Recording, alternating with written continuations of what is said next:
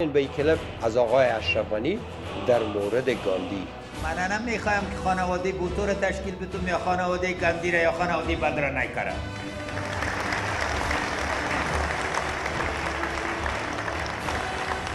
وارثین سیاسی ما در اینی اتاق ششتن مردم جوانای افغانستان هستند.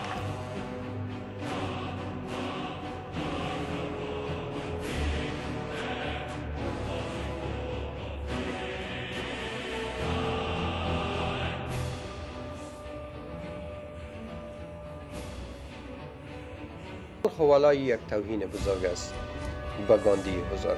اما برای آقای اشرف غنی میگم که گاندی شدن یک چیز بسیار سخت‌تره.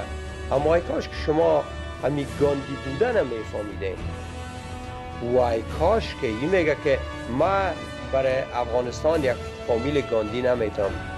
ای کاش که تو میتونستی که یک فامیل مثل فامیل گاندی و ما تحفه میدادی و یک دختر مثل دختر گاندی.